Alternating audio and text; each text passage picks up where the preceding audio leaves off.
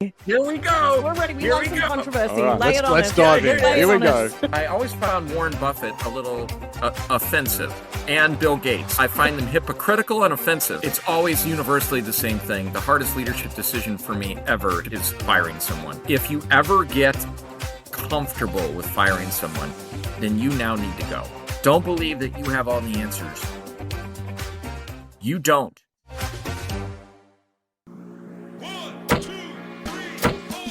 Welcome to The Business Game, a podcast that moves the needle. Hey guys, before we jump into today's episode, we just wanted to take a really quick moment to thank one of our sponsors, Tala Offshore. For any business wanting to maximize their return on new hires, Tala offers seamless access to top-tier Filipino talent who are real employees, hand-selected by the team, slashing your staffing costs by up to 60% with onboarding in under a week. Visit TalaOffshore.com to scale smarter. And thanks again to Tala for supporting The Business Game. Hello and welcome to The Business Game, a podcast that moves the needle. My name's Lisa DeAngelis. And I'm Steve Plummer. And before we get started today, make sure you hit like and subscribe wherever you're watching.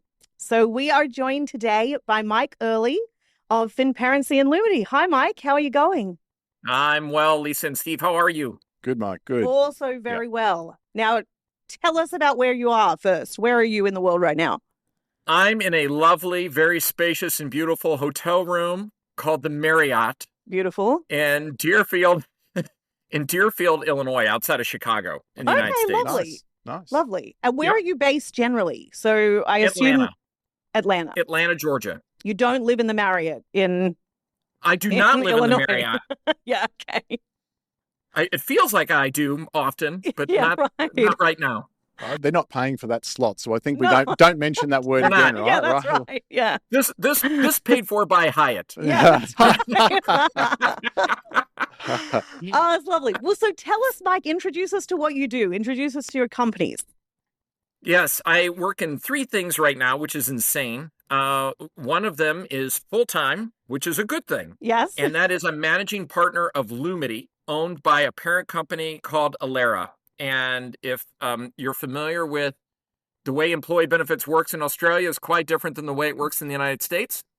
But we have brokerage services in the United States around employee benefits, property and casualty, wealth solutions, and Lumity is the technology arm of that. Okay. So that's what we do at Lumity and are having a lot of fun there. And then Finparency, I'm the CEO and founder of Finparency. So that is early stage, lots of work still to do, but a whole lot of fun. And I can talk more about that if you're interested. We would love to hear about it. Now, am I understanding correctly? Finparency pairs small businesses with potential investors and then kind of helps both parties prep. Is that an accurate summary? Yes, we have created an AI engine to point, because you have to have AI something. Otherwise, what do? You have to say AI. Yeah. You've got to have AI.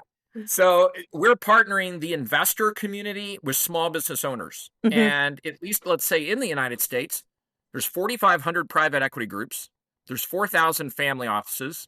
There's thousands in the ecosystem of bankers and M&A lawyers and consultants. Then you have 3 million small businesses here. Right. And matching them up is one thing, but getting those small business owners to investment grade is the next. And so that's what we're focused on. Yeah. Okay. So tell us, going right back to the early days, looking back at your early years, what aspects of your childhood and upbringing most shaped how you lead today, the path that you've gone down? Was it there from the beginning? It was there from the beginning, and I recognize this is an international audience, so no one might like my answer on what I'm about to say. Oh, no. Yes, we're ready. Here we go. We're ready. We Here love we some go. controversy. All right, Lay it on let's us. dive in. Lay it Here we on go. us. I feel as if I've won the lottery 3 times. Lovely. I believe that I won the lottery by being born in the United States. Mm-hmm. There's an entrepreneurial type of aspect of just being here. Mm-hmm. So by being born in the United States, or let's say a Western-like country, can we all admit we kind of win the lottery just True. right there? Yeah, absolutely. All right. So we won the lottery there. And then I had 2 parents that were and are very loving and caring and engaged and focused and go take the hill kind of parents. My mom and my dad. So won the lottery there. If you are born in a great country and you are born with 2 parents that love you, you've won the lottery twice. And the third time, and I had to work hard for this one, was my wife. So Oh, She's lovely. Oh, how She's long have lovely, you been and she together? puts up with me, which is no small task. Yeah, right. I think in Australia we say you're batting above your average. Would that be a fair summary of how you? Absolutely. Yeah. Absolutely. It's our 25th wedding anniversary in congrats. 2 weeks, and I should have that tattooed in my arm. Oh, congratulations. That's so 25 years. That's Yeah, amazing. congrats. 25 years. I know, it sounds really like, oh my God, It's that's a long time. awesome. Thank you. Yeah. So I can't remember what your question was, but It was basically my early childhood, that's what it was. Yeah. there we go. I attribute it to those three things in order. Really, my parents and my upbringing. It's just my dad was a colonel in the Marine Corps and kind of had that spirit of go and you need to go and win for yourself. No one's going to hand you a thing, but he did it in a loving way. Yeah. Right.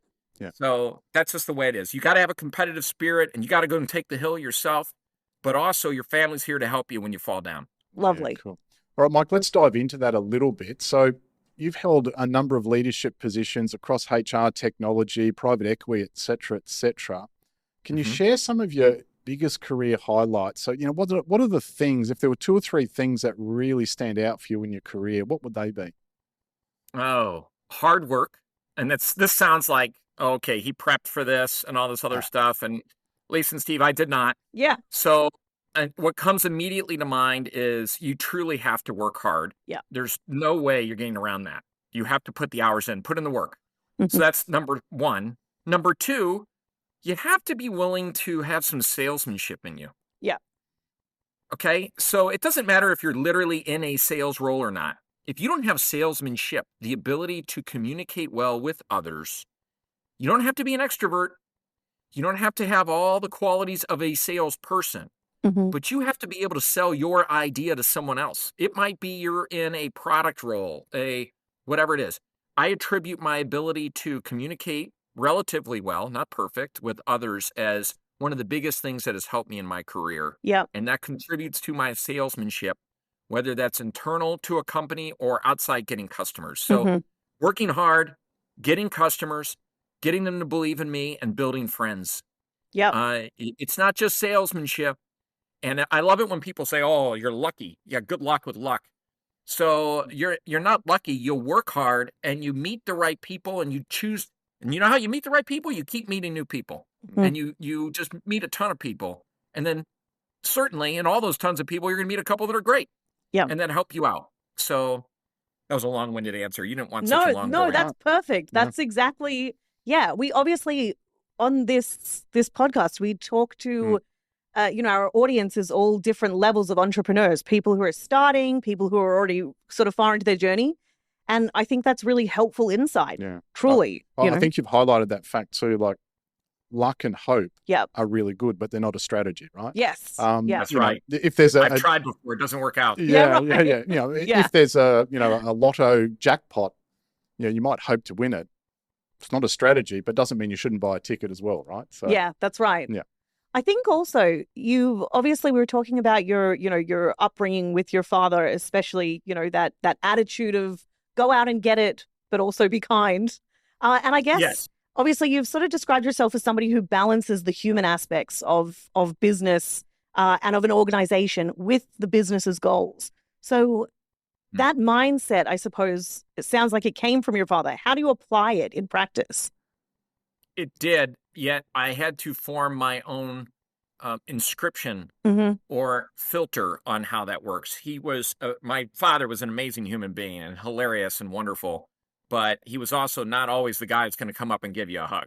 Yeah, right. Okay. Yeah. So it wasn't like that. So the human side means, how do you treat somebody like they want to be treated? The golden rule. And that seems such a common sense thing to do. How do you treat a team the way they really feel as if they're a part of something? And it's amazingly not common sense for so many leaders. And unfortunately, I've worked with a couple of those where you meet those people and you can tell immediately, I don't know what's wrong with them. They don't understand how to win over, back to salesmanship. Right. They don't know how to win over that team. Yeah.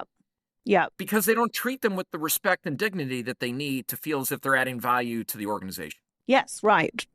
Yeah, cool. Yeah. Well, I'm going to go bad cop a little bit here because it's very it's very easy to see someone's success and think, wow, that was look at all the stuff you've done and you're a big success, but it's not always a straight line either. So I'd love to just delve into a little bit of your setbacks and, maybe even what was one of your biggest failures? What did you learn from that experience that, you've brought through to today?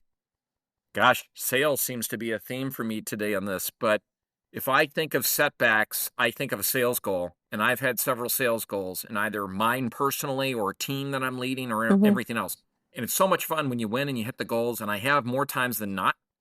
But when you don't, it's certainly not fun. And my biggest failure in my career so far was the last job I had before I'm doing these three things. So I was the CEO of a HR tech company in the United States. It was an onboarding company. Hell, it's on my LinkedIn, so you can see it. It was Clickboarding. Yeah. And we had success the first half of my tenure there. And then the second half of my tenure, the sales just dried up. And the board held me accountable for that, and I was fired. And boy, that was a humbling day. Right. That's not a fun thing. That is not a fun thing. I've never been fired before, never, from anything. And so you get fired and you realize even saying the word, it's like, oh my God. Yeah. So, and it was painful. I was in my little dark corner for a little while. That wasn't pretty, but you learn. I think I now know I learned from what I could have done differently, how it's not somebody else's fault. It was my fault that we didn't hit the deal. So I'd love to blame the world and the market and everybody else. I'd love to blame everybody. It was my fault at the end of the day. And so, you learn from lack of winning, and so therefore lack of accountability. How did you pull yourself out of that? I guess how long did you stay in that? Oh man, this sucks. This hurts. Oh, and then how did you get yourself out of it? One, I think my wife gave me a choice to get out of it or get out of the house. Make a choice. Yeah. Get out of the funk or get out of the house. I got out of that by talking to my network of folks. I got out of that by saying, okay, this didn't work out. It did for a while. I learned a ton. And for the record, I would do it again. I still believe in the company. I still believe in the people that are there and the board and Clickboarding as a solution. I believe in it. And I wish them all the best in the world. And I think they're going to do great things. So I got out of it by saying, okay, I'm going to swallow the pill. It was my fault. Had a great team. And I can do other great things. Right. So it's time to be out of the funk and go and think about what those other things can be. And going back to what I said, living in the United States, and perhaps it's this way in Australia and other Western countries, you can fail in the United States. You can fail, I think, in most Western countries. I'm trusting in Australia. The people that I've known that are from Australia, you can fail in Australia and you can bounce right back and do the next thing. So I finally woke up one day and said, I choose to do the next thing, which turned out to be three things. Yeah, right. So yeah, amazing. And I guess, which is so inspiring also, I think that specifically the accountability is so hard to take, especially when, something hurts. It stings. It's horrible, to kind of get to the place of being able to be like, whatever happened, wherever it happened, fundamentally it's on me and that's okay. And onwards and upwards is amazing. Onwards and upwards. Yeah. Yeah. You can choose to blame or you can choose to just take it. Yeah. Yeah. True. I think also then, what was that? Obviously you founded and led multiple companies then. What was the aha moment that made you feel confident that it was the right moment to start Finparency? I knew that several years ago. Yeah. I was running Clickboarding. It's amazing. I'm not trying to get religious on your podcast. I'm not trying to, but I am Christian. I believe in God. And I do believe things don't just happen by mistake. I mean, yes, we work hard. We talked about that, but there is a God element to things. And so I believe God puts you in positions where you trip across things later and you realize, well, gosh, had that not happened, this wouldn't have happened. Yes. So had I not been at Clickboarding and had I not failed, I probably would not have realized several things that helped me prepare to build Finparency. So Finparency, what gave me the idea is leading Clickboarding. 281 private equity groups called me over 3 years. Wow. And I know 281 because I have that little, this is not a plug, but I have this little digital notepad called a Remarkable. Yep. and I've had it for 5-6 years. And I wrote them all down, and I still have it. All 281 were trying to find a way to win us over just to have a conversation. Mm-hmm. I thought that was so remarkable. We were a smaller HR tech company. Why are they calling me? Well, come to find out after doing a lot of research, they're calling dry cleaners and car washes and HVAC companies and everything out there because there's so many of them with a ton of cash on the sidelines Mm-hmm. and there's so many businesses and they don't have a way to realize it. So it took working in that environment and being exposed to those private equity individuals and my history of working with private equity before Mm-hmm. to know where there was an opportunity to solve a big problem. Wow. All Yeah, right. okay. No more bad cop. Let's go good cop. Or Yeah, right. even Jerry Maguire, show me the money. So let's talk about your year of biggest revenue growth. So Ooh. yeah. So I'm really curious, what were the key decisions or the innovations or the cultural shifts that unlocked that success and allowed the money to come in? Absolutely number one, without question and without rehearsal, Mm-hmm. is the team.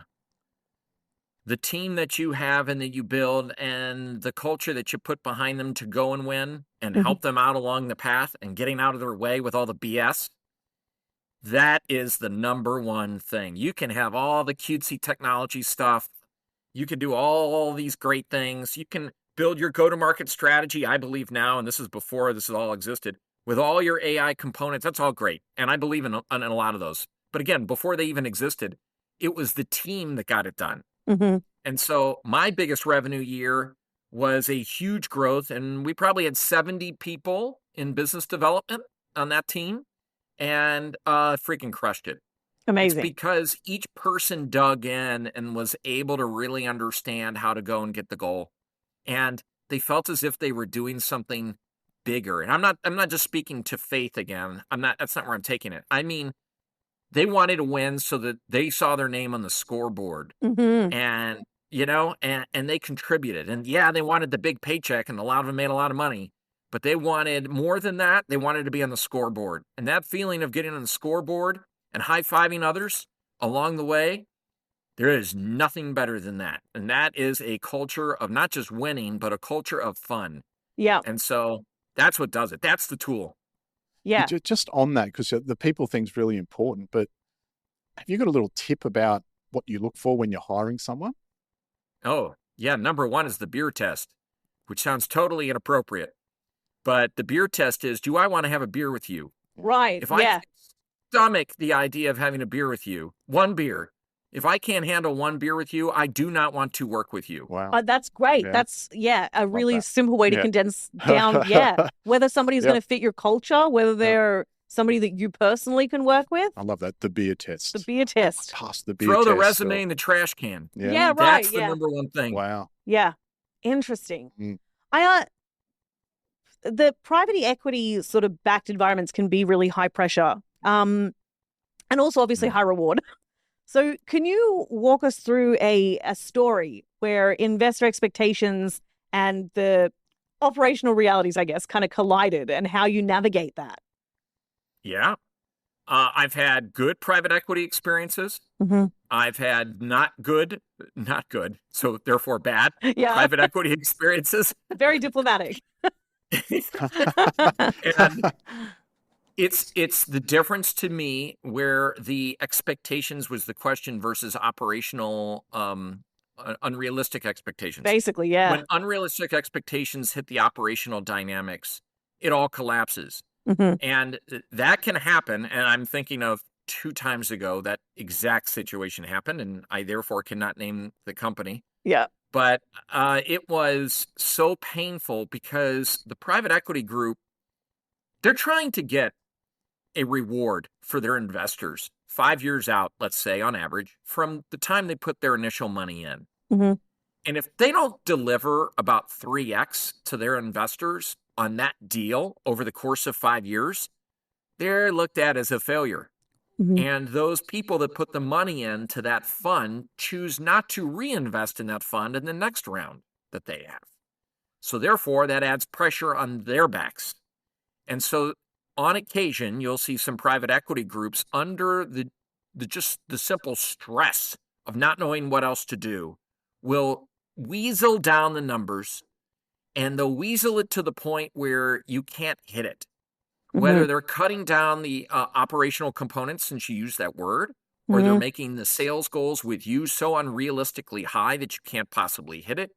But on a piece of paper in an Excel file, it looks really good because it helps them justify that 3x return 5 years down the road.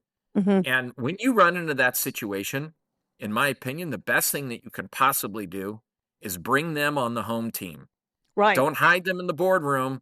Time to get those folks in the private equity group in front of customers, in front of industry shows, and get them involved in your business so that they feel very intimately involved and they now understand the market in a different way and can describe it differently to their investors. Right. Yeah. Okay.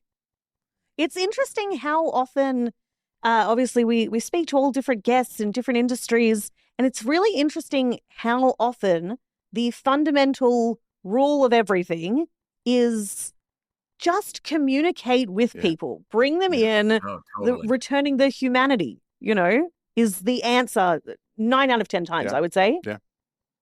Can we talk about shifts in companies? So in doing some research on you, Mike, one of the companies that you have worked with, there was this big shift from product talk to impact talk. Can you just explain that a little bit and maybe give us some insight on some companies that may have done that really, really well, that transformation from product talk to impact talk? Oh, do I love this. This is a tee up, and I don't even think it was meant as a tee up, but I'm all excited it's a tee up. Right. There's a completely I'm all unrehearsed excited answer. this is a tee up. Oh my God. We're ready. The We're third ready. company that I was not going to, this is paid for by, I wasn't even going to bring this up, but this is, the third company is around value engineering, and it's called Beyond Banyan. Yes. Beyond Banyan. Okay, so yes, SAP invented the concept of the impact that you're talking about, converting from product to impact. When Bill McDermott was running SAP, he wasn't getting the deals that he wanted. And he talks about this in his biography. It's a great book. I can't remember the name of it. But I read it a long time ago, but it's a really good book. And he was so frustrated that they weren't getting enough of those big deals done. And these aren't the exact words he used, so I'm not trying to quote him. But he decided, let's go hire a bunch of data scientists and create a department around value engineering, they called it.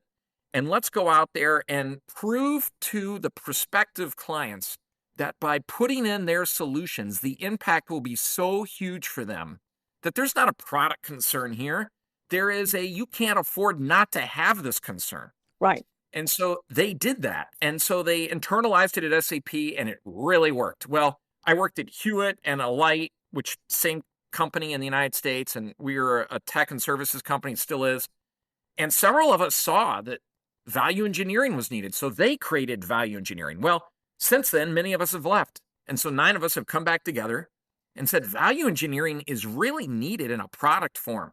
So Beyond Banyan is the entire ethos, the concept of impact productized in software so that we can go to different companies and say, hey, you want to go and have an impact on a company and get more clients? Do so in not just some stupid ROI analysis that your marketing department came up with. Do so in an impactful way to show what you're doing in the world with your solution. And we're going to take the client along for a ride in this. And they will see that their data is in this software and it's irrefutable to them because they're a part of the entire process. So you can convert from product to impact very easily. Just you have to look at it differently, and you have to look at what the client values and how to measure it. Just on that, how is that, or how differently is that received when the conversation is very much impact and not just the product? Does that land differently on the prospect that you're talking to? Absolutely. It'll get you to the C-suite versus your everyday decision maker. No offense to the everyday decision maker, but to get to that next level, you're going to have to prove impact so that you can have an what's the right word? A measurable. I almost said insurmountable, but I don't think I was right. A measurable impact on their business. Yeah. You're going to have to find a way to get to the people that really make the decision on the budget Mhm. And so if they're buying a $10 million software, you better be able to show that it's going to deliver $30 to $40 million in value. And that's direct and indirect savings. How do you Right. do that? Yeah. Hey guys, just wanted to do a quick shout out to our affiliate partner, Opus Clip. If you need great videos without hiring an editor, their AI engine turns your raw clips into share-ready content in under a minute. No skill required. Find our link in the description to support our show and get a great sign-up bonus. Create more, stress less with Opus Clip. Now back to today's episode. Yeah, right. I guess also then, in terms of building credibility, especially early on in a startup sense or for young entrepreneurs, what's your best, what practical steps do you think young entrepreneurs can take to establish trust quickly with investors and with clients? Make sure they have nailed down market fit. Mm-hmm. They need to really make sure. You can spend a lot of time and a lot of money on something that's not needed by anyone. Right. Yeah. So, nail down market fit. Make sure there's product market fit. So I know we were just talking about crossing the chasm of product to impact. And here I am saying, go back to product. I don't want to sound like a hypocrite here, but for a startup, if you don't understand what the world out there needs and what they're willing to pay for, and to make sure what you're designing with all your good intentions, and I'm looking in the mirror as I say this, it better match up with what the market needs. And if it doesn't, surrender. It's okay. Fail fast and go to the next thing. Yeah, right. Very good advice. Yeah. All right, let's get back to your core business, one of your core businesses at the moment. So what do you see as the best aspects and also the most frustrating aspects of the HR technology and employee benefits industry right now? Well, oh boy. This is a huge answer, and the answer varies based on where I am versus where you are and where your audience base may be. So in the United States, what we're dealing with and why Lumity exists, and Lumity does a great job of containing the cost pressures that are going on in the United States right now. Remember, in the United States, the way it works, your employer, for 2/3 of people that live here around there, the employer ends up paying for your health care. And you have two versions of that, fully insured. This is not going to be an entire history lesson of the employee benefits world. I promise everybody, I just lost your entire audience. They all just not at all, no. Lay it on us, Mike. We're ready. Unsubscribe. But in the United States, the way it works is that your employer sponsors the benefits plan. Right or wrong, should it exist, doesn't matter. It's just the way it's done right now. And there's two versions of that. You're fully funded, fully insured, or you're self-insured. And when you're self-insured, literally the company is paying for your medical claims, your medical problems. Right. So due to that, and due to all the innovations that all these great technologies are coming out with in the United States, including pharmacies and pharmaceuticals, all the stuff that's coming out, innovation is coming out at a rampant pace, and people in the United States aren't necessarily healthier. There's a lot of fat people here. Right. We got a lot of fat people here, and there's nothing wrong with fat people. I love fat people, but there's a lot of fat people that sit and don't exercise, and therefore they're driving claims costs. We're seeing employers with 30, 40, 50% increases in their healthcare spend year over year. This is insane. 30, 40, 50%. Now, in other parts of the world, it's paid for by the government. I'm not advocating for either method. I'm just saying that's one versus the other. And now introduce GLP-1s that's trying to contain the obesity problem. And that's a very expensive treatment, needed and very expensive.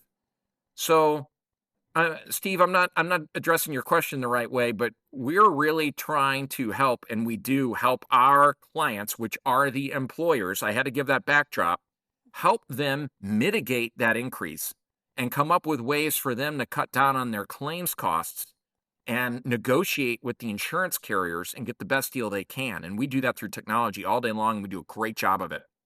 But it's a big problem, and it's spreading worldwide. So we're seeing people spend more time in front of their screens, not moving as much, eating a lot more processed foods, and therefore claims costs go up because healthcare goes down. It doesn't matter whether it's government or employer sponsored. I think the systems are different, but the trends you're talking about, I think I think they're the almost same. universal. Yeah. Yeah. It's Yeah. scary. Yeah. It's sad. I'm a victim of it. I've gained weight, and it's not just weight. It's just lifestyle. It's, Mhm. are you eating more processed foods? This is rhetorical, but are you eating more processed Mm. foods? Are you not getting out and about as much? Are you on social media all the time? That's not good. It Yeah. is. It's interesting looking at what that's going to mean, what that all means for us going forward as, as people. Yeah. Well, I think also in business, right? It's the business landscape's very busy. It's challenging, and if we're not, I guess, personally responsible for those things, like how much time am I spending on social media? Am I exercising enough? Am I setting aside enough time for, for other pursuits? Like there's a whole conversation, I guess, to have around that, and it's interesting that what you do is almost the nexus of those two things, and It is. yeah, it's almost like you're going to be in work for a long period of time because of that, right? I think so. Yeah. And Lumity's focused on small business employers, and so they need the most help on healthcare cost trends. But Right. yes, I think we're going to have business for a long time. Yeah. What do you personally do to stay grounded, to say yes, avoid burnout, but also how do you balance this? Especially, you've got 3 Where's my companies on the therapist? go. Yeah, right. The standard question, I feel like whenever we were talking to a chatting yesterday with the CEO of a tech company, just in a friendship sense, but I was saying, we were talking about when people ask, what do you do for fun? And you're somebody who, grows startups, or you work in, especially in tech industries, or, what do you do for fun? And the answer is just more work. I just work. More work. Yeah. Martinis and more work. Yeah, that's right. Yeah. What do you do for fun? I cry. I'm not advocating for drinking. No one should drink. Yeah. What do I do to balance? I try to spend as much time with my family as I can, which seems inauthentic as an answer, but it's true. I don't have many hobbies. I scuba dive a little, but I only get to do that a couple times a year. Mm-hmm. And I exercise almost every day. That's great. I enjoy that. Mm-hmm. I'd like to read, but I've had to eliminate reading to a large extent in the last year. There's just been so much to do. Sometimes a lot of work is okay. Yep. And I rationalize right now, I'm in the okay zone. This is going to be a lot of work. Yes. And my wife and I had that conversation. The kids and I had that conversation. I don't think my kids paid attention to it. But they were in the room. Also universal, right? Yeah. What's he doing now? Yeah. What's he doing now? So, and they're my best friends. I'm so close to them. I really am, despite the joke I just made. Yeah. So, what do I do to unwind or to spend time and stay grounded is to be with my kids and to exercise. And that's about, and be with my friends when I can. That's about it. I research these people. I always found Warren Buffett a little offensive, and Bill Gates. I find them hypocritical and offensive. Where I struggle with Bill Gates and Warren Buffett is they talk all the time about if you're not taking an hour to 3 hours a day to read. Right. And I'm like, what the hell? What planet are they on that I'm not on? That's a different planet than I'm living in. Where do they... I'm just not as intelligent. I can't speed read. I don't know how they're doing it. But they will convince you when you listen to one of their things that if you're not investing that kind of time into yourself and in the personal development, that you aren't going to make it. Right. And I don't know if that's right or wrong. I haven't proven it all the way out. I am nowhere near as successful as them, so I guess maybe they're right. But those are 2 people, and I got to tell you, they're so influential that they almost negatively impact me because I feel guilty about myself that I can't do that. And I would argue it's okay not to do that. And it's all right to take on your work for a period of time. And one day you'll be able to get your reading in if you want to, but maybe that's not today. Yeah. I have a saying, the gurus are always right, except when they're wrong. Yeah. So maybe that's one of those things. It's a very personal thing as well.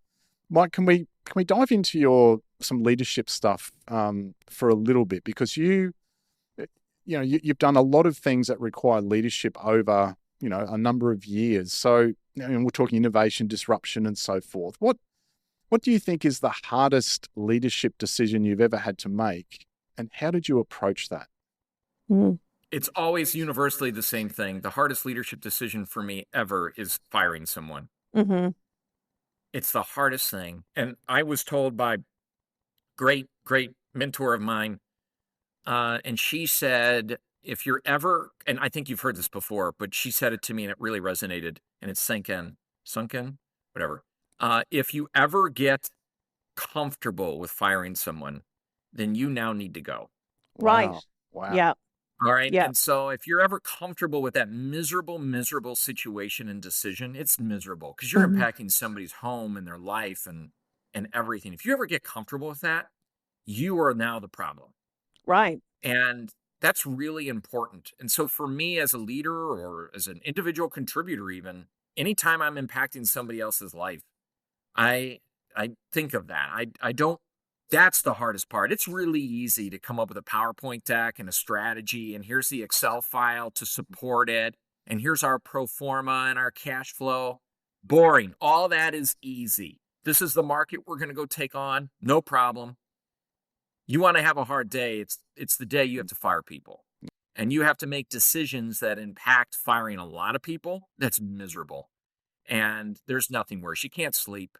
You can't go through anything else. You're accountable for all those folks, not just those folks, for all their families. Mm-hmm. Yeah. So how do you approach that then? And I guess on the other, so leading into it, how do you approach a tough decision like that? And then on the other side of it, how do you come out of that or move on from it, if that's the right language? Yeah. Yeah. Two things. What's your best alternative? So if you kept that person, or if you kept the division instead of getting rid of it, or you didn't have the layoff, what's the best alternative?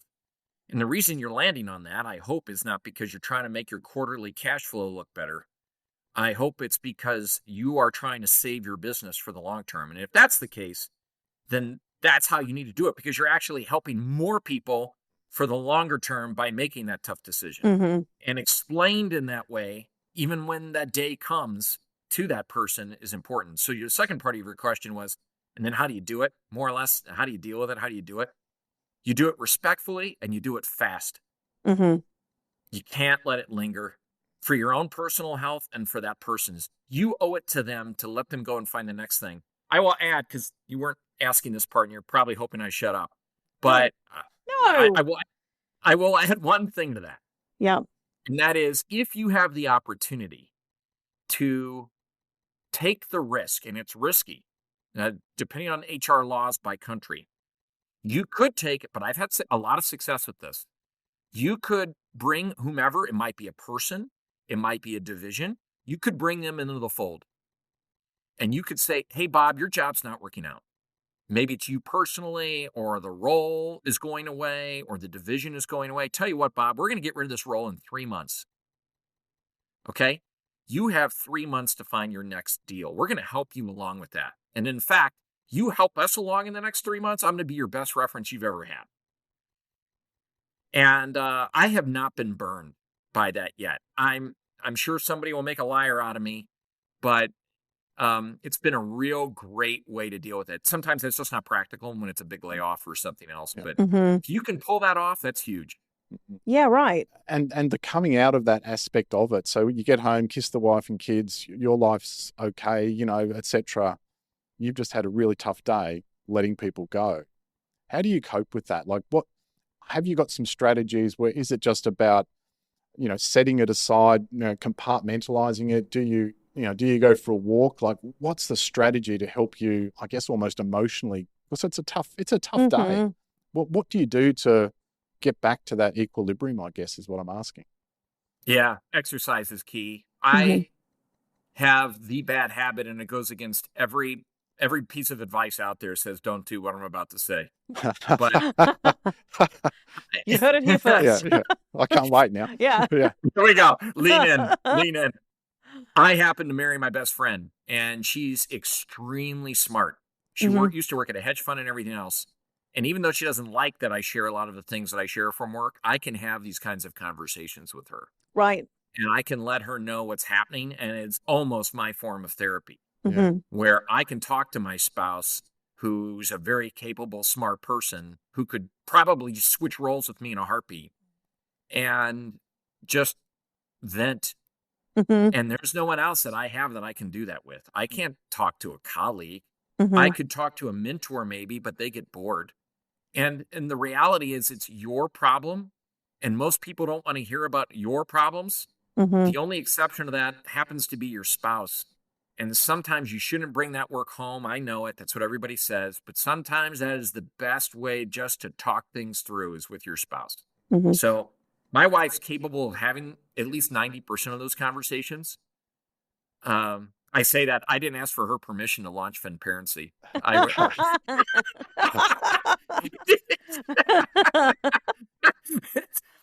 So I'm not drinking my own champagne right now, Yeah. and I know I'm in trouble for it. So that debrief aspect is really important to you. What do you think you get out of that?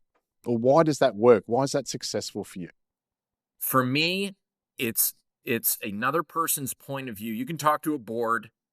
You can talk to a former leader who's no longer there. You can talk to a colleague group, perhaps, but they're all only partly invested. I guess the board really is. But I've found nothing to be more transparent and authentic than when my spouse speaks back to me, and she's never afraid to give me her real thought.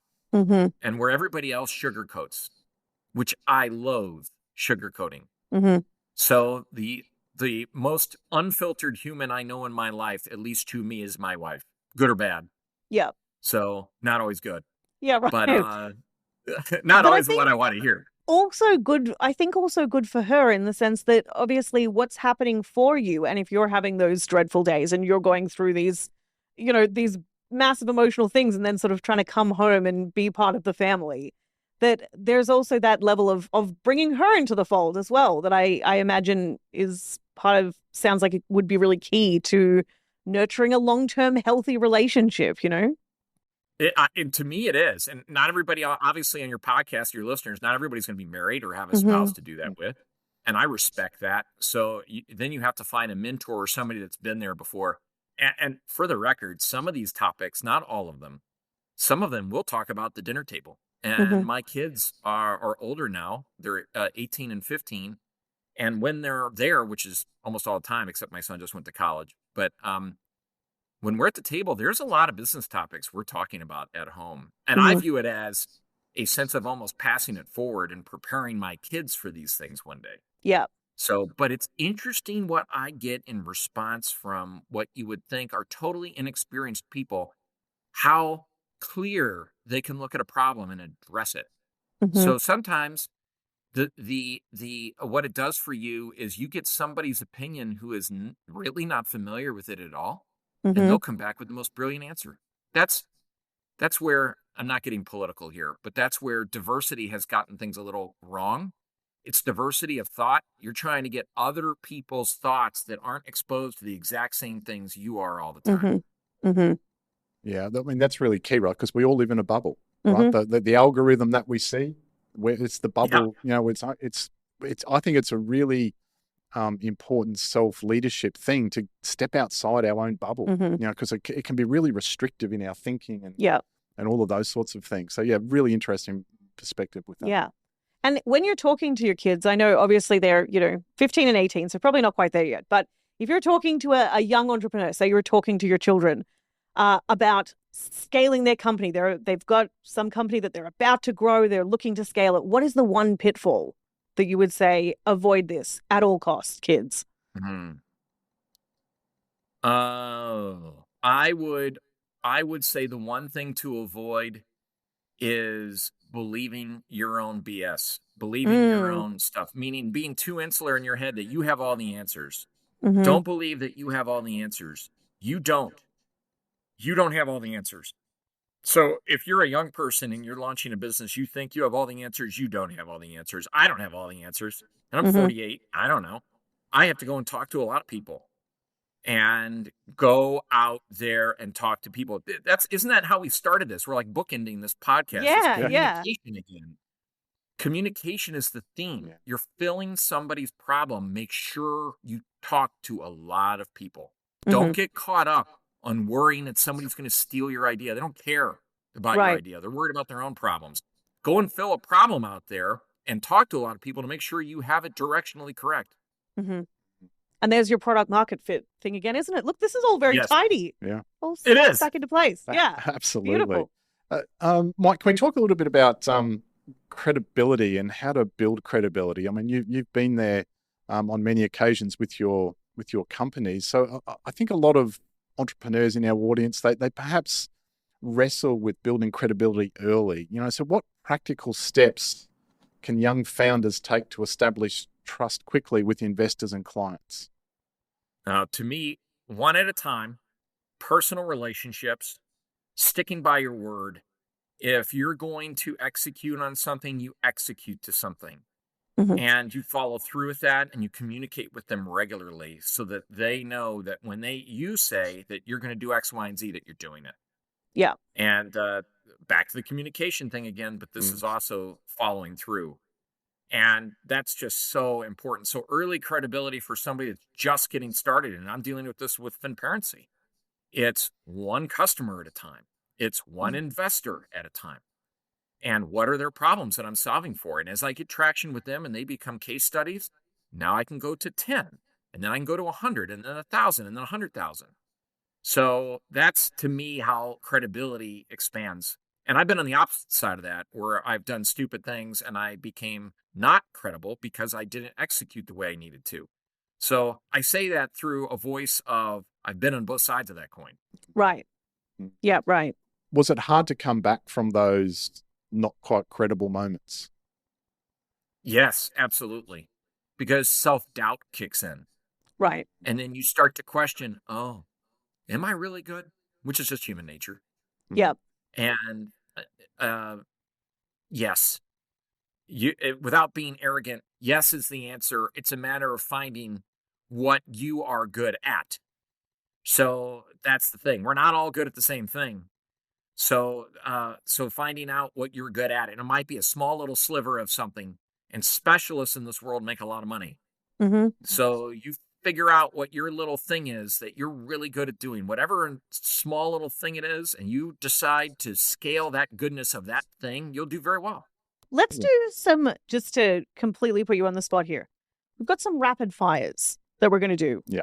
So Oh boy. what are we calling it? The We fast, the fast five. The fast five. The fast five questions to find out a little bit more about the person behind the mic. So, Mike, are you ready? Oh, Mike. Okay. All right, here we go. Yeah, there you go. The mic behind the mic. Boom, boom. All right, so number one, the CEO who has most inspired you. Oh, I had three, and this has to be rapid fire. There were three that were named David, and I have to go with, I know, isn't that crazy? Yeah. 3 Davids. One has passed away, David Hall, who was amazing. He would be my number one. But my number 2 would be actually David Wickman of United Health Group, my old boss. He was amazing. Excellent. Right. Number 2, the one piece of technology you couldn't live without today. My car. Oh. I wasn't expecting Yeah, that me one. neither. Yeah, interesting. Cool. All right, number 3, iPhone or Android? iPhone, unfortunately. Those opinions do not reflect the show, blah, blah, blah, blah, blah. What about Netflix or cinema? Mm-hmm. I prefer to go to the cinema, yet I'm a Netflix user. Mm-hmm. All right. And what was the last book you read? We know you said that you've had to give up reading, so cast your mind back. What was it? Yes, it was amazing. It was Who is Michael Ovitz? And he was the founder of CAA. Oh my gosh, that book is so good. Who is Michael Ovitz? Who is Michael Ovitz? CAA is the movie producer and agent firm. So anyways, highly recommend. It's a total biography, but it's a business biography. Yeah. Oh, lovely. Excellent. Fits the bill right on. Yeah. Beautiful. Now, finally, Mike, tell us, where can our viewers find you and your company, online and otherwise? Okay, you can go to one of 2 places, and don't judge me on the websites. They're both being redone. Yeah, no worries. You've been warned, everyone. Yeah. Point taken. Everyone make a note. Yeah. Yes. Yeah. First, go to LinkedIn. If you want to connect with me on LinkedIn, just send me on LinkedIn. My last name is Ehrle. I think there's 3 of us in the world, so you'll find me quickly. And then Lumity, LUMITY.com, or Finparency.ai. The .com works too. So either one of those places you can go. Beautiful. Excellent. Well, thank you so much, Mike Ehrle. It has been an absolute pleasure to chat with you. Thanks so much for joining us. Enjoy the rest of your day. We'll see you soon. Thanks, Mike. Lisa and Steve, thank you. Really appreciate it. Our Thank you. pleasure. To help support our continued mission to provide free, best-in-class advice from the world's most compelling business leaders, make sure you hit that subscribe button and ring the bell so you never miss an episode. See you next Saturday. Thanks for tuning in to The Business Game. If you like what you heard, make sure to subscribe on YouTube and follow us on TikTok, Instagram, Facebook, and LinkedIn to stay connected. A big thank you to our major sponsor, Tyler Offshore, for powering today's episode. And join us again on the next episode of The Business Game, a podcast that moves the needle.